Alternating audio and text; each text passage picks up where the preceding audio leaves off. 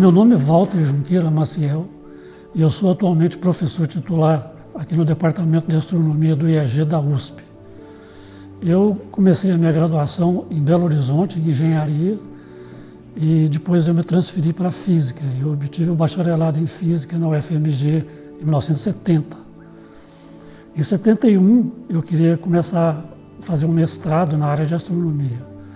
E o único mestrado que existia na época era o do ITA, do Instituto, chamado Instituto Tecnológico da Aeronáutica, São José dos Campos. Então eu fui para lá, me inscrevi no mestrado, fiz as disciplinas. Naquela época era o único mestrado que existia no Brasil. Em 72, voltou para o IAG um pesquisador chamado José Antônio de Freitas Pacheco, que tinha ido para a França fazer o doutorado. E ele veio e trouxe com ele vários outros pesquisadores franceses e ingleses. Então, com isso, aqui no IAG, o Departamento de Astronomia, que praticamente não existia, era uma coisa muito limitada, ele de uma hora para outra se transformou no principal centro de pesquisa de astrofísica no Brasil. Então, eu saí de São José dos Campos, vim para aqui, para o IAG em 72, ou seja, no ano passado eu completei 50 anos aqui do IAG. Em 72 eu terminei a minha tese de mestrado, voltei ao ITA para a DVD e a partir de então eu me matriculei no doutorado aqui na USP. Então eu concluí o doutorado aqui na USP em 77. Antes disso, em 74, eu fui contratado. Então, desses 51 anos que eu estou aqui na USP, os 2 primeiros eu era estudante, primeiro de mestrado, depois de doutorado, e depois passei a ser professor a partir de 74. E eu fiz o doutorado, terminei em 77, e em 78 eu fui para a Holanda fazer um pós-doutoramento, fiquei 2 anos lá, em Groningen, no norte da Holanda, e voltei depois, em 80, para o IAG, e aí eu fiz livre docência, eu fiz o concurso para titular, e estou aqui desde aquela época até me aposentar, minha aposentadoria, que vai ser justamente agora em 2023, minha aposentadoria compulsória. Mesmo nos últimos 2 anos, eu acho que eu já diminui um pouco o meu ritmo, eu acabei me desviando um pouco mais da pesquisa e fazendo mais na parte de escrever livros. Eu escrevi, desde o início da pandemia, eu escrevi 3 livros, né, de astrofísica, livros de nível graduação ou pós-graduação. Então, eu acho que com isso eu meio que encerro um ciclo e vamos ver o que vai acontecer depois, eu realmente não sei dizer. Então, quando eu terminei o doutorado, naquela época, pós-doutorado não era o que é hoje, né? Hoje um pós-doutorado é uma posição muito bem estabelecida, vários institutos abrem vagas para pós-doutores que duram 2 anos, 3 anos, 5 anos, depende. Naquela época, que foi 78, que eu fui, não era nada assim, ninguém nem sabia o que era um pós-doutor. Mas eu queria fazer um estágio fora, né? De preferência um estágio longo, de 1 a 2 anos. Então eu tive um convite para fazer um estágio em Cardiff, no país de Gales, e depois um convite para Groningen, na Holanda. E na época o lugar que era mais interessante para mim era de Groningen, porque eu iria trabalhar com um pesquisador americano que morava na Holanda há muitos anos, chamado Stuart Potage. E eu já conhecia ele já tinha vindo ao Brasil, ele tinha sido colaborador do professor Pacheco, que foi o que trouxe os estrangeiros aqui em 72. E fiquei 2 anos lá fazendo pesquisa, estendendo um pouco meus horizontes. Quer dizer, aqui eu trabalhava com estrelas gigantes vermelhas, que foi basicamente o tema da minha tese de doutorado e antes da tese de mestrado, dissertação de mestrado. E lá eu comecei a trabalhar com a física do meio interestelar, com nebulosas planetárias, que era um ramo que eu não tinha praticamente nenhuma vivência. Então eu fiquei 2 anos trabalhando nisso lá. E praticamente continuei trabalhando com esses 4 tipos de objetos ao longo da minha vida toda, apenas incluí mais o estudo de evolução química da nossa galáxia, que foi uma coisa mais recente e é o que eu faço basicamente até hoje. Olha, o IAG, a área de astronomia do IAG, é basicamente uma ideia do Abraão de Moraes. Eu tive o prazer de conhecer ele um pouco antes da morte dele, que foi em 1970. Eu, na época, ainda estudava em Belo Horizonte, mas eu vinha a São Paulo para conhecer o IAG e conheci o Abraão de Moraes. E ele percebia que aqui no Brasil não tinha ninguém que trabalhasse em astrofísica. E essas pessoas teriam que ser formadas no exterior. Então ele, através dele, vários pesquisadores foram, principalmente para a França, e fizeram seus doutoramentos lá. E voltaram, alguns trouxeram, como eu já citei, né, o Pacheco trouxe 2 franceses, um inglês, e depois veio um outro francês, depois veio um uruguaio. Então foi tudo obra dele, que foi, na verdade, inspirado pelo Abraão de Moraes. Então o IAG, a partir praticamente de um dia para o outro, se transformou num grande centro de pesquisa em astrofísica, o principal do Brasil, e foi quem criou a principal pós-graduação, que até hoje é a nossa pós-graduação. Hoje existem cursos de pós-graduação em astrofísica em várias cidades no Brasil. Tem aqui, tem lá no ITA, tem na UFRJ, tem no Rio Grande do Sul, que é uma pós-graduação excelente. Mas a nossa foi a primeira, e eu acho que ainda é hoje a maior, no sentido de que a que forma mais pessoas e cujos formandos acabaram sendo usados para formar outros centros em outras cidades. Então esse espalhamento da astrofísica foi uma coisa que saiu de dentro do IAG e acho que o pai disso foi o Abraão de Moraes. Na astrofísica a gente é ainda uma referência porque nós temos aqui hoje cerca de mais ou menos 30 a 35 docentes, seja docentes aposentados ou em atividade, mais um número grande de pós-docs, um número muito grande de estudantes de mestrado e doutorado.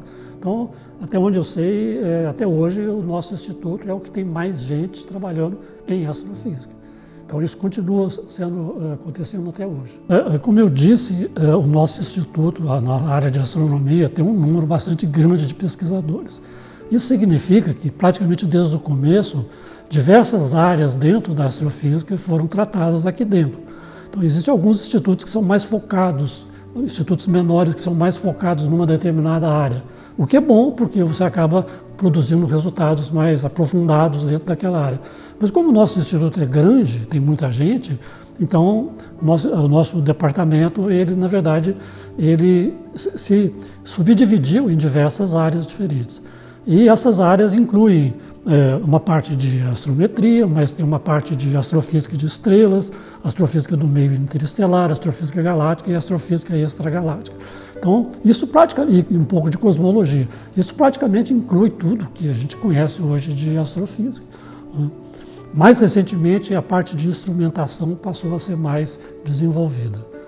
Com isso, nessas diversas áreas, os grupos que foram trabalhando foram construindo bases de dados bastante importantes. Então, eu posso falar um pouco sobre o nosso grupo, que é um grupo que trabalha com meio interestelar e nebulosas fotoionizadas. As nebulosas fotoionizadas, as nebulosas que a gente trabalha, basicamente são estrelas, são objetos como o Sol, né? Como o Sol vai ser daqui a alguns bilhões de anos. Quer dizer, o Sol vai inchar, se transformar numa gigante vermelha e jogar para fora as camadas mais externas. Essas camadas mais externas vão eventualmente ser iluminadas pela parte interna da estrela, né, da parte que sobrou, e se transformam numa nebulosa. Então, nosso grupo trabalhou muitos anos com essas nebulosas, principalmente na determinação das distâncias, da composição química dela. Então, aí começou o meu interesse com a evolução química, porque as nebulosas planetárias, a composição química delas, as abundâncias delas, refletem a evolução da estrela que deu origem a ela. E isso está ligado com a evolução química da nossa galáxia e com a evolução química do universo. Então, com isso, a gente trabalhou com esses objetos durante muitos anos. Então, a gente construiu uma base de dados bastante grande, bastante homogênea, que a gente obteve a partir de observações, primeiro no LNA em Itajubá e depois no Chile, principalmente nesses 2 locais. Então a gente tem até hoje uma das principais bases de dados dessas nebulosas. E a gente tem usado nos últimos anos essa base de dados para estudar a evolução química da nossa galáxia, ou seja, como que as abundâncias dos elementos químicos se transformaram desde a época da formação da nossa galáxia até hoje. Esse tipo de abordagem, ele passou a ser bastante mais importante nos últimos anos, porque a evolução química da nossa galáxia passou a ser vista dentro de um contexto mais geral, da evolução química do universo. né? Hoje, para fazer isso, a gente precisa de dados de estrelas, de objetos com redshifts bastante altos, ou seja, objetos que foram formados a uma época muito anterior à que a gente considerava antes, né? Então, a gente não faz esse tipo de extrapolação, mas existem muitos grupos ao longo praticamente todos os institutos que fazem esse tipo de análise. Então, o que a gente faz, na verdade, é tentar associar uma coisa com a outra. Então, essa nossa base de dados ficou bastante importante para fazer essa ligação entre a evolução química local, ou seja, da nossa galáxia, e a evolução química cósmica do universo. Com relação à produção de material didático, isso é uma questão que eu sempre tive muito carinho. Desde que eu comecei a dar o meu primeiro curso na graduação e depois na pós-graduação, eu notei que havia uma dificuldade muito grande de bibliografia para os estudantes. Quer dizer, naquela época, logo nos primeiros anos, os livros eram todos em inglês, quando existiam, e eram absurdamente caros. Quer dizer, ninguém poderia comprar um livro, nem nós, professores, dificilmente poderíamos comprar porque eram muito caros. Naquela época, como o Brasil não tinha moeda, né? Então foi uma coisa que foi muito posterior. Então, eu notei desde o começo que a falta de material didático era uma coisa importante. Então, todos os cursos que eu dei, eu comecei a escrever notas de aulas sobre que era a minha visão sobre aquela matéria. E cada vez que eu dava o curso, eu atualizava essas notas de aula, que se transformaram eventualmente em apostilas, que à medida que a gente passou a ter acesso ao computador pessoal e sites, então eu comecei a colocar esses textos à disposição dos alunos. No início era na base de xerox e depois aí foi uma coisa um pouco mais sofisticada. Então eu sempre fiz isso. E a minha ideia era simplesmente fazer esses textos. No início eu não tinha nenhuma intenção de publicar livros sobre isso. Mas com o tempo, né, com a experiência, 4 ou 5 cursos dos quais eu acabei me especializando, eu percebi que eu tinha material para ir um pouco mais à frente, fazer um livro. Então eu fiz um primeiro livro, que foi em 99, que é um livro chamado Introdução à Estrutura e Evolução Estelar, que era um curso que eu dava na época. Esse livro foi publicado pela EDUSP e eu acabei ganhando o prêmio Jabuti no ano seguinte, 2000, com esse livro. Eu fui um dos vencedores do prêmio Jabuti. E aí eu me animei e falei, bom, se eu posso fazer isso com esse curso, eu posso fazer com os outros. Então, eu tinha um curso de meio interestelar, que era o meu curso favorito. Eu fiz um livro bastante detalhado, chamado Astrofísica do Meio Interestelar, né, que foi publicado também pela EDUSP. E mais tarde, um terceiro livro pela EDUSP, que foi um livro chamado Hidrodinâmica e Ventos Estelares. Ventos estelares é um tópico que sempre me interessou muito, né? O Sol tem um vento solar e as estrelas têm ventos também, né? E esses ventos são importantes para a estrutura e a evolução da própria estrela. E para estudar esses ventos, a gente precisa de hidrodinâmica, que é uma das bases da física.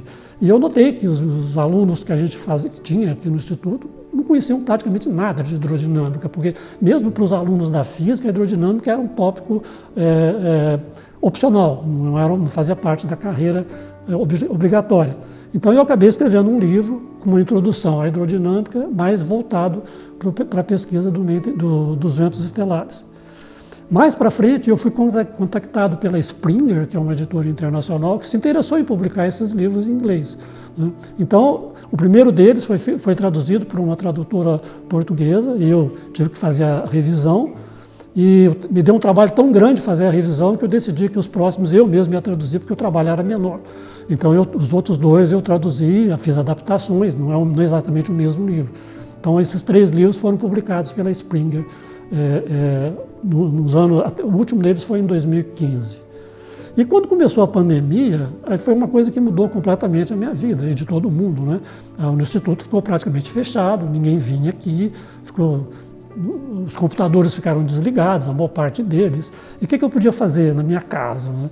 Então eu mantive alguns projetos de pesquisa em colaboração através de e-mail, mas eu percebi que era uma boa hora para eu sentar e escrever o resto dos livros que eu tinha disponível, que eu tinha possibilidade de escrever. Então eu escrevi 3 livros, né? 2 em 2020, um que é sobre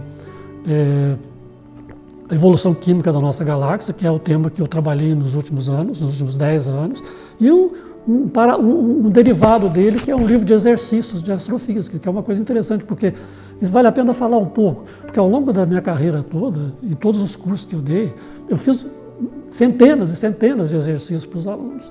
E eu percebi que uma vez que eu me aposentasse, esses exercícios iam desaparecer, porque eles estavam escritos no caderno, todos eles com as soluções. Mas quem que ia pegar um caderno meu escrito à mão para olhar? Ninguém ia fazer isso.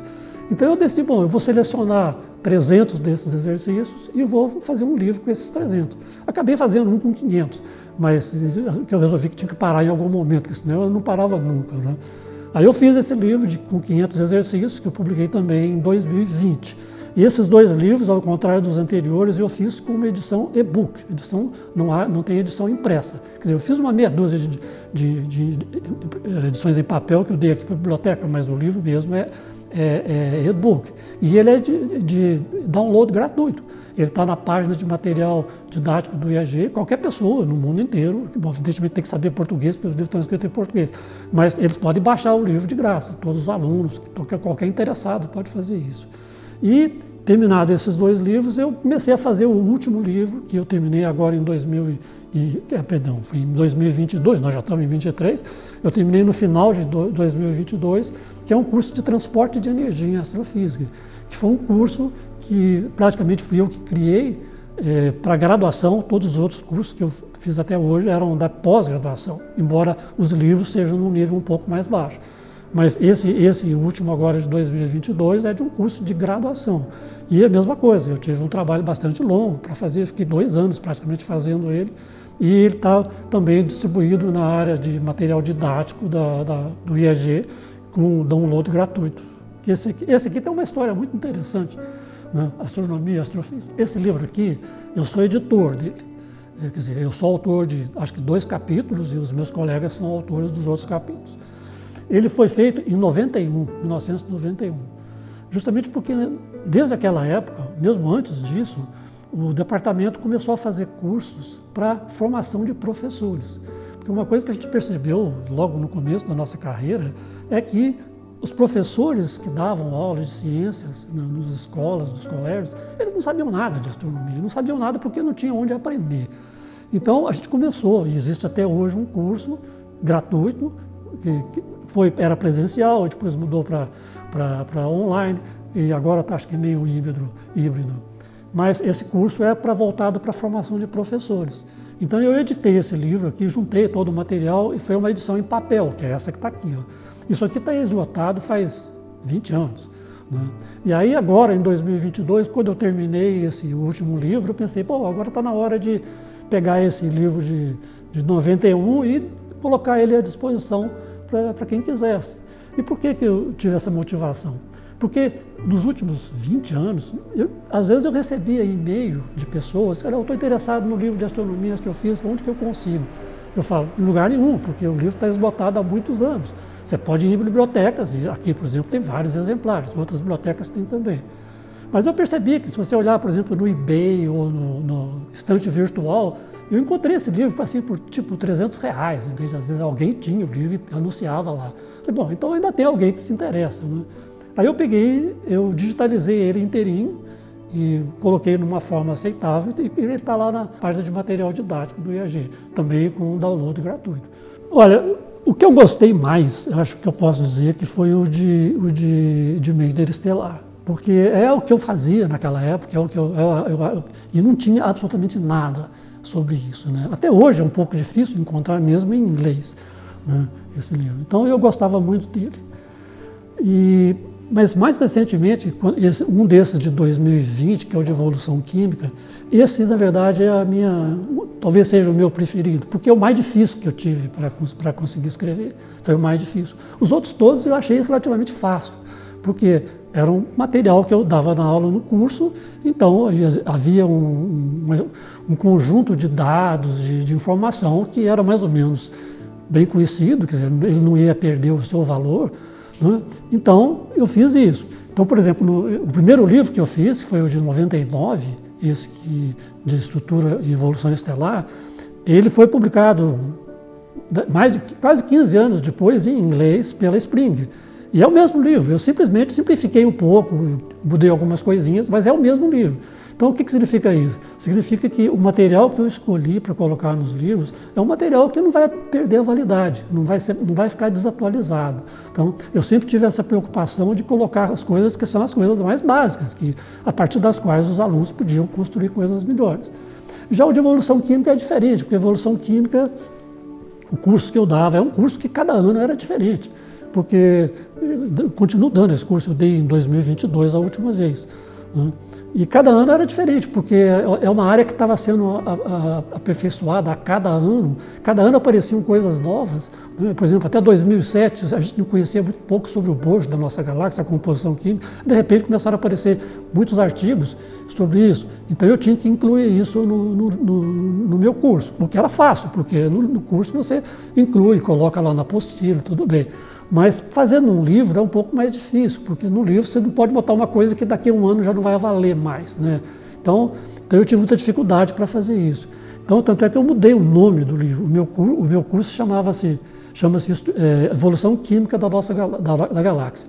E o meu livro chama-se Fundamentos de Evolução Química da Nossa Galáxia. Ou seja, eu peguei a parte básica do meu curso, que é a parte que provavelmente não vai mudar, né? E simplesmente nos capítulos finais eu dei algumas ideias sobre o que estava sendo feito naquele momento, mas sem me comprometer demais, porque justamente eu não entrei muito a fundo na discussão de coisas bem recentes, porque eu sabia que essas coisas não se iam mudar. Já a parte que eu coloquei, que é a parte mais fundamental, essa não vai mudar.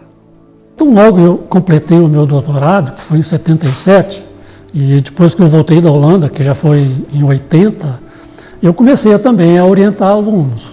Eu já tinha, naquela época, experiência suficiente para transmitir um pouco do que eu tinha aprendido.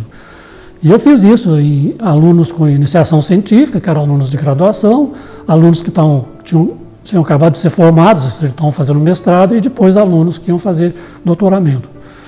A minha carreira como orientador não é muito longa, eu orientei relativamente poucas pessoas. Eu acho que um pouco é porque eu sou um pouco exigente demais, e um pouco porque eu sempre tive uma certa dificuldade de me relacionar com um número muito grande de pessoas. Então, por exemplo, eu tenho colegas que tinham 5, 10 orientados. Eu tinha muita inveja, porque eu não era capaz de fazer isso, não estava além das minhas possibilidades. Mas os que eu orientei, eu acho que eu orientei bem orientados, né? Primeiro porque eu escolhi bem os alunos, e eu não vou citar todos, eu posso citar, talvez, vou citar apenas um, que é uma pessoa excepcional, que é a Cristina Chiappini. A Cristina Chiappini, ela é filha da Lígia Chiappini, que foi uma professora aqui na universidade, não na área de literatura, e ela se interessou pela astronomia, veio para o IEG, ela fez a iniciação científica comigo, fez o mestrado, fez o doutorado, e era uma aluna excelente, né? Ainda no doutorado, ela foi para a Itália para trabalhar com a Francesca Chiappini, para completar o doutorado usando esse esquema de doutoramento sanduíche. E foi uma aluna absolutamente excepcional. E ela acabou sendo contratada lá em Trieste, na Itália, e depois ela acabou, por razões pessoais, mudando para a Alemanha, para a Suíça, também foi contratada, e depois também, por razões pessoais, acabou mudando para a Alemanha, onde ela está até hoje em Potsdam. E ela é uma das principais pesquisadoras atualmente na área de evolução química cósmica, né? Então eu tenho muito orgulho de ter sido uma pessoa que ajudou ela no começo da vida dela, né? Então eu estou citando só uma, eu não quero citar mais, só para dar um exemplo, né? Mas eu acho que eu tive sorte com os meus orientados, né? Quase todos eles acabaram ficando na área de astronomia, né? E foram contratados ou aqui no IAG ou em outros lugares. Então, quer dizer, foram pessoas que, na verdade, passaram a utilizar o conhecimento que, em parte, eu ajudei eles a adquirir no trabalho que eles fazem hoje. Acho que tem muito poucos orientados meus que acabaram desistindo, né? Eu tive um aluno, por exemplo, não vou citar o nome, mas é uma história interessante, porque ele era muito bom, fez o mestrado e começou a fazer o doutorado. E aí ele precisava, para se manter, ele precisava de um emprego, a bolsa não era suficiente. Então ele fez um concurso para fiscal do Estado, né? E ele estava em dúvida se ele entrava ou não estava. Um dia ele chegou para mim e falou: eu vou conversar para saber como é que eu vou fazer a minha vida. Aí ele queria saber: quanto que você ganha aqui? Eu falei para ele: eu ganho isso. Ele pensou, falou: olha, eu não consigo viver com isso, entende? Se eu aceitar essa vaga de fiscal, hoje eu já vou ganhar mais. E se eu não aceitar, eu vou ter que fazer o doutorado, fazer não sei o quê, para depois tentar conseguir um emprego igual ao seu. Aí foi embora. Então, esse é um exemplo que foi um ex-aluno meu, mas eu sei de muitos casos que aconteceu coisa parecida com essa, né? Então, isso é um problema da estrutura das universidades e dos institutos de pesquisa do Brasil. Eles não são competitivos, simplesmente não são. Esses últimos anos da pandemia, isso piorou muito, porque a gente continua formando alunos muito bons. Muitos desses alunos acabam indo para o exterior, é obrigado que eles vão do exterior, eles têm que ir fazer um pós-doutorado. Mas, idealmente, eles iriam fazer um pós-doutorado, depois voltavam para cá para aplicar aqui os conhecimentos que eles adquiriram fora e, principalmente porque a maior parte deles, eu diria quase todos, estudaram aqui em universidades públicas, ou seja, eles estudaram em universidades pagas com o dinheiro do contribuinte.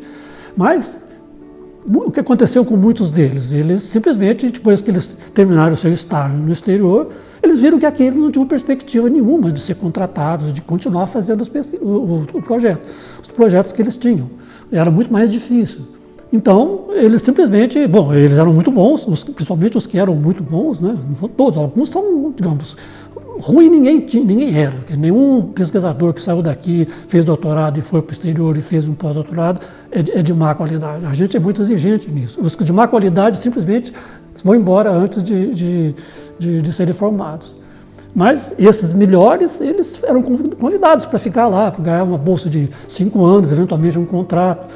E perdemos muita gente desse jeito. Continuamos perdendo na área de astronomia e em todas as outras áreas. Isso é uma coisa lamentável. Por um lado, até tem uma vantagem, para não dizer que seja totalmente perdido, né? Quer dizer, quando você tem um pesquisador brasileiro, por exemplo, numa universidade na Escócia ou na Irlanda, esse pesquisador não esquece do Brasil. Ele continua mantendo algum vínculo com pesquisadores do Brasil. Então, pesquisadores que trabalham aqui podem fazer colaborações com ele. Isso, eu diria, é uma espécie de prêmio de consolação. Mas o ideal seria que eles pudessem escolher entre ficar aqui e ficar no exterior. E na prática, eles praticamente não podem escolher. Quando eu vim para o IEG, foi em 72, o IEG era na Água Funda, em frente ao zoológico, perto do Botânico. E nós ficamos lá, eu fiquei lá 30 anos. Então, de 72 até 2002, a gente ficou na Água Funda. O nosso departamento de astronomia ficou na Água Funda. Os outros departamentos começaram a se mudar para a cidade universitária antes de nós. Mas nós nos mudamos em 2002. E eu não queria me mudar na época, né? Porque eu tive um vínculo sentimental muito forte com a Água Funda. Eu saí de lá dia 20 de fevereiro de 2002, nunca mais pus os pés lá. Hoje lá é o Parque Cientec e eu pretendo morrer sem voltar lá, porque eu não vou resistir. Para mim, aquilo lá é o IEG que eu conheci. A gente veio para a cidade universitária, eu nunca gostei muito da ideia de vir para cá, mas eu sempre reconheci que a gente teria que mudar. A universidade é aqui, os alunos estão aqui, então era uma coisa inevitável, mas eu poderia adiar o máximo que eu pude e eu tentei fazer isso. Eu fui um dos últimos a sair lá da Água Funda. Quando eu saí, o meu corredor não tinha mais ninguém. Agora, aqui na cidade universitária também é muito bom. Não é tão bom quanto foi na Água Funda, mas aqui, para quem mora em São Paulo, trabalhar na cidade universitária é um privilégio. Isso aqui é uma área gigantesca, tem área verde, tem água, então é muito bom. Não tem dúvida. Muitas pessoas vêm aqui para fazer lazer e tal, então tem um clube. Então foi muito bom ter vindo para cá, na verdade, né? Então os últimos 20 anos que eu fiquei aqui, foi uma das principais vantagens de ter vindo para cá. Foi, primeiro, o contato com os alunos e, principalmente, a interação com o Instituto de Física. Porque uma coisa que a gente esquecia muito naquela época é o seguinte: nós somos astrofísicos. Astrofísica é física aplicada às estrelas, às galáxias do meio interestelar. Então, existe naturalmente um vínculo forte entre o IAG, na área de astronomia, principalmente, e a física. E esse vínculo era meio irreal, porque a física estava aqui, a gente estava lá, a gente raramente via, a gente nem conhecia as pessoas, né? Então, quando a gente veio para cá, a partir de 2002, eu comecei a interagir com colegas da física. E para mim isso foi muito, muito enriquecedor. Não só para me ver melhorar a minha visão da pesquisa, Mas, assim, do ponto de vista humano também, de interagir, porque antes a gente não interagia com ninguém lá, né? Lá não tinha nenhum instituto do lado, né? Aqui a gente tem matemática, tem até hoje vínculos com o grupo da matemática e principalmente com o da física. Então isso foi uma coisa muito positiva na mudança para cá. Depois de praticamente 50 anos na universidade, né, eu só tenho a agradecer. Quer dizer, eu acho que a universidade me propiciou uma vida que eu não teria se eu tivesse ficado, por exemplo, em Minas, onde eu comecei a minha carreira, e aqui eu consegui realizar o que eu gostaria de fazer, né? Ter uma vida dedicada à pesquisa, ensino, prestação de serviço para a comunidade. Então isso eu acho que foi uma coisa que eu agradeço muito à USP, em particular ao IAG, em particular ao Departamento de Astronomia, que me propiciou ter essas atividades. Tá? E o que eu espero para o futuro? Eu acho que o IAG tem que continuar no caminho que ele já trilhou até hoje, né? Formar pessoas, principalmente na área de pós-graduação, de nível muito alto. Tá? A graduação também é importante, mas graduações existem várias por aí agora, né? E a graduação da astronomia e da física praticamente não tem mais diferença, como tinha no passado, né? Então, na pós-graduação, sim, a nossa pós-graduação é uma coisa bem individual. Então, eu acho importante que a gente procure desenvolver o máximo possível essa pós-graduação e formar pessoas de melhor qualidade possível. Se essas pessoas vão ficar na USP ou no Brasil ou vão para o exterior, é uma coisa que foge ao controle da própria universidade. Mas a gente pode esperar que a pesquisa científica passe a ser mais valorizada e essas pessoas passam a ter um maior interesse em ficar aqui. Quando eu venho aqui para a USP, eu geralmente sou o primeiro a chegar. Eu chego aqui às 7 da manhã. Né? Eu acostumei a fazer isso. Eu acordo às 5h30 da manhã, saio de casa às 6h30, chego aqui às 7. Porque é a única hora que eu desço pela Rebouças e tem pouco trânsito. Mas o que eu vou sentir mais falta, eu acho, é assim, eu paro o meu carro num estacionamento vazio, desço do carro e saio, e eu sinto aquele frio, aquela temperatura baixa, agradável. Isso eu vou sentir falta, porque a nossa cidade universitária está, sei lá, 2, 3 graus abaixo lá da região da Paulista, onde eu moro. Né? Então é uma sensação física muito agradável. Acho que é isso que eu vou sentir mais falta. Por estranho que isso pareça, eu vou sentir mais falta disso.